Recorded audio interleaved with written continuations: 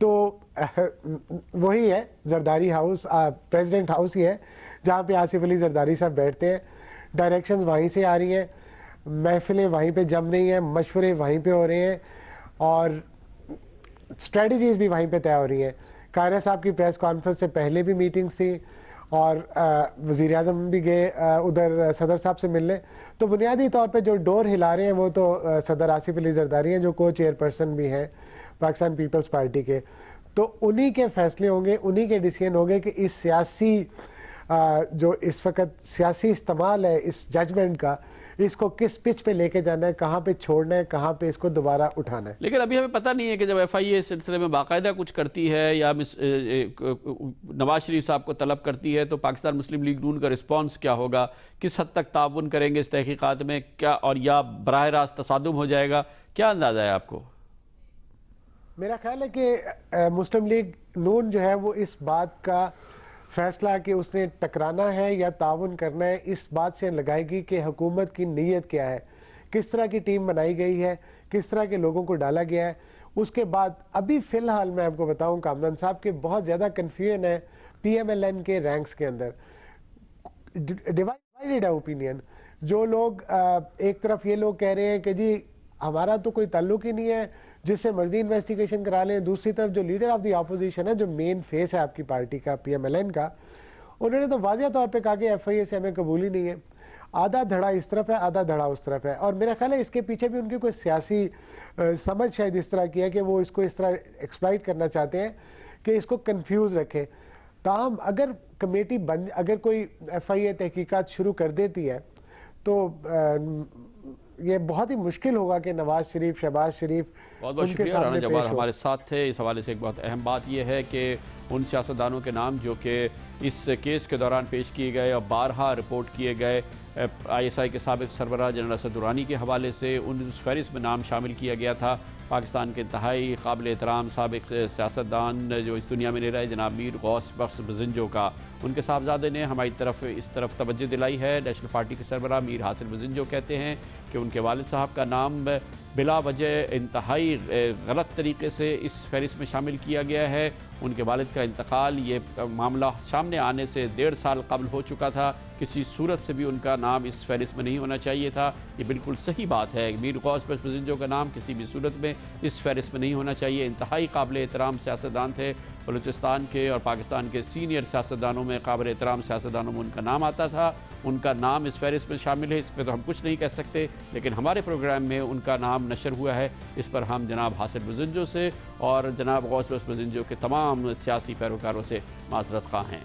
لیتے ہیں commercial break اور اس کے بعد ذکر کریں گے سپریم کورٹ آف پاکستان آج کراچی کے امن امان کی صورتحال کے بارے میں ایک بار پھر سماعت کر رہی تھی. ایک بار پھر ان لوگوں کی جو کہ امن امان کے ذمہ دار ہیں اس کی سرزنش ہو رہی تھی، سوال جواب ہو رہے تھے. اسی دوران ڈاکو حملہ آور ہوئے قریب ہی ایک بینک میں، گزری کے ایک بینک میں. اس حملے کے دوران بینک کا گارڈ مارا گیا، ڈاکو فرار ہو گئے، انہیں کوئی ذکر نہ آئی. اس کے بارے میں بات کرتے ہیں چھوٹے سے کمرشل بریک کے بعد.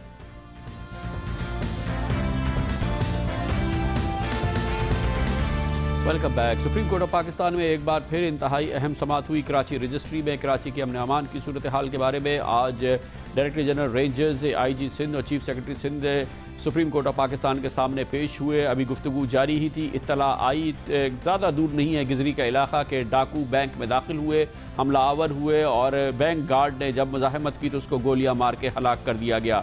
ڈاکو وہاں سے فرار ہو گئے. ایک اور کوشش کی گئی بینک کو لوٹنے کی. 19 ستمبر سے لے کے اب تک 8واں بینک ڈاکہ تھا جو کراچی میں ڈالا گیا اور یہ اس وقت ہوا جب supreme court of Pakistan Karachi میں امن امان کی صورتحال کے بارے میں گفتگو کر رہی تھی. آج ہی کی سماعت کے دوران سپریم کورٹ آف پاکستان نے جب پوچھا کہ آج کتنے لوگ اپنی جانوں سے گئے ہیں تو ایڈوکیٹ جنرل نے مارکت العرا جواب دیا. انہوں نے کہا کہ آج کا اسکور ہے 6.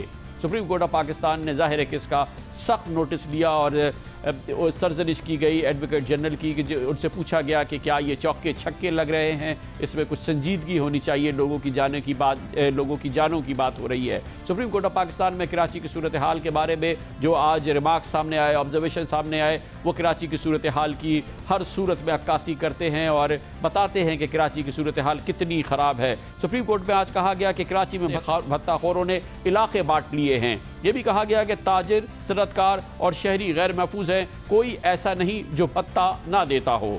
قانون نافذ کرنے والے اداروں کو سیاسی دباؤ کا سامنا ہے، اس دباؤ کے خاتمے تک کراچی میں امن قائم نہیں ہو سکتا۔ حکومت سندھ اسلحہ لائسنس جاری کرنے کے طریقہ کار سے آگاہ کرے۔ اعلیٰ پولیس حکام کے ساتھ سیکیورٹی کے لیے آنے والے اہلکار اپنی ڈیوٹیز پر واپس جائیں، اور اگر سب یہاں موجود ہوں گے تو کام کون کرے گا؟ جسٹس انور ظہیر جمالی نے کہا کہ اسلحہ لائسنس کے حامل ہزاروں لوگ مر چکے ہیں، لیکن ان کے لائسنس استعمال ہو رہے ہیں۔ جسٹس خلجی عارف حسین نے کہا کہ سندھ میں بھی رینجز بلوچستان کی طرز کے اختیار دیے جائیں۔ جسٹس انور ظہیر جمالی نے کہا کہ سیاسی بنیاد پر نو گو ایریاز موجود ہیں۔ اب تک کتنے پولیس افسران کی سیاسی وابستگی کی تصدیق ہوئی ہے؟ اسی دوران پھر یہ گفتگو ہوئی۔ جسٹس امیر ہادی مسلم نے جب یہ پوچھا کہ آج مرنے والوں کی تعداد کتنی ہے تو ایڈوکیٹ جنرل سندھ عبدالفتح ملک گویا ہوئے کہ آج کا اسکور 6 ہے۔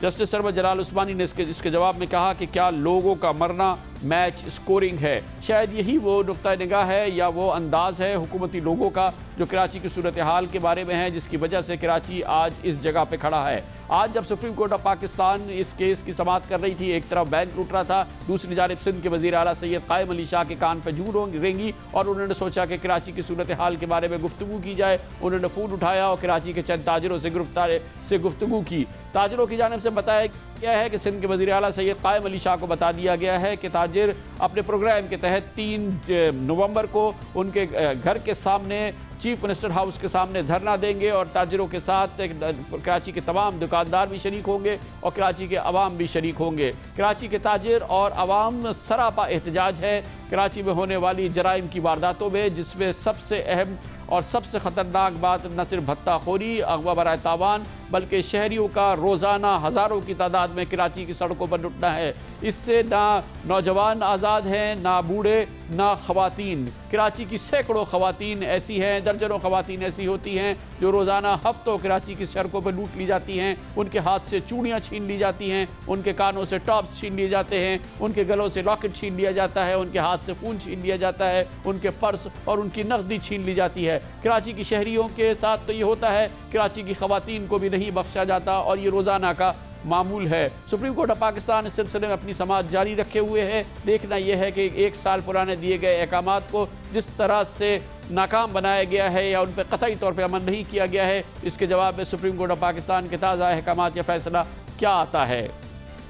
لیتے ہیں کمرشل بریک، بعد آپ کو بتائیں گے کہ 2 ہفتے کے اندر امریکہ میں صدارتی انتخابات ہونے والے ہیں۔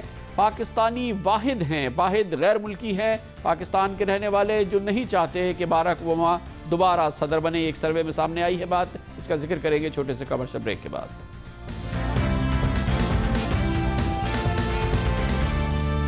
Welcome back. امریکہ کا آئندہ صدر کون ہو، یعنی دنیا کا طاقتور ترین شخص کون ہو، اس کا فیصلہ 6 نومبر کو ہوگا جب امریکی صدارتی انتخابات ہوں گے۔ دیکھنا یہ ہے کہ ڈیموکریٹک پارٹی سے تعلق رکھنے والے باراک اوباما دوبارہ امریکہ کے صدر بنتے ہیں یا اب باری آتی ہے ریپبلکن پارٹی کے، اور مٹ رومنی امریکہ کے نئے صدر ہوتے ہیں۔ دنیا بھر میں سرویز کیے ہیں، امریکی فرمز نے ہی کیے ہیں۔ دیکھنا یہ چاہتے ہیں کہ دنیا والے کیا کہنا چاہتے ہیں، وہ کس کو صدر دیکھنا چاہتے ہیں۔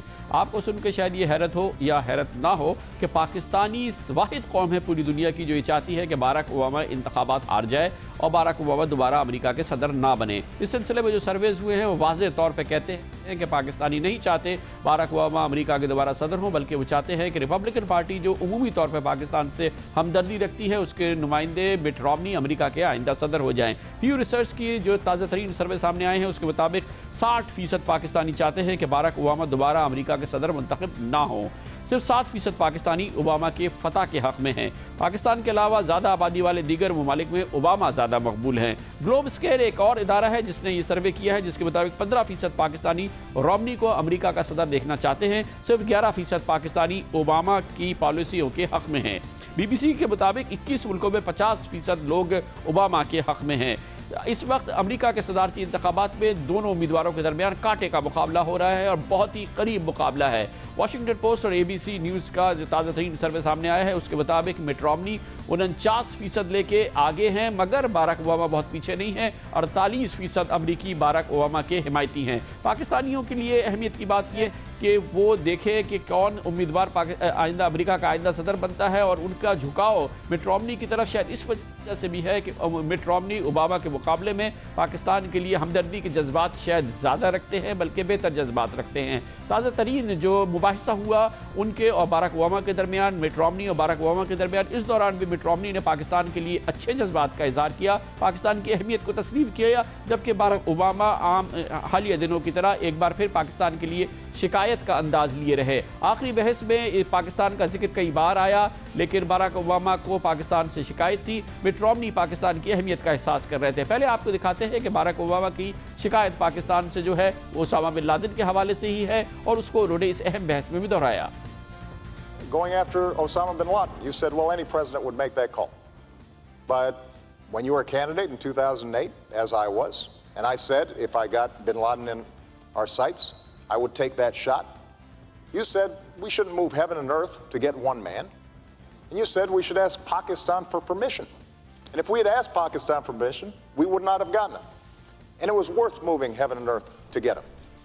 اس کے برعکس مٹ رومنی نے پاکستان کی اہمیت کا کافی احساس کیا۔ Pakistan is important to the region, to the world, and to us. Because Pakistan has 100 nuclear warheads, and they're rushing to build a lot more. And so a Pakistan that falls apart, becomes a failed state, would be of extraordinary danger to Afghanistan and to us.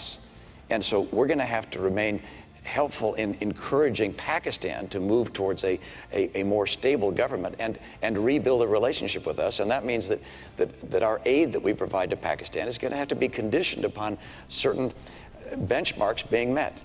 شاید اسی لیے پاکستانی کہہ رہے ہیں کہ مٹ Romney آوے ہی آوے۔ اس کے ساتھ ہی ہمارے آج کے پروگرام کا اختتام ہوتا ہے۔ کل آپ سے پھر ملاقات ہوگی۔ کل تک کے لیے کامران خان کو اجازت۔ اللہ حافظ ناصر۔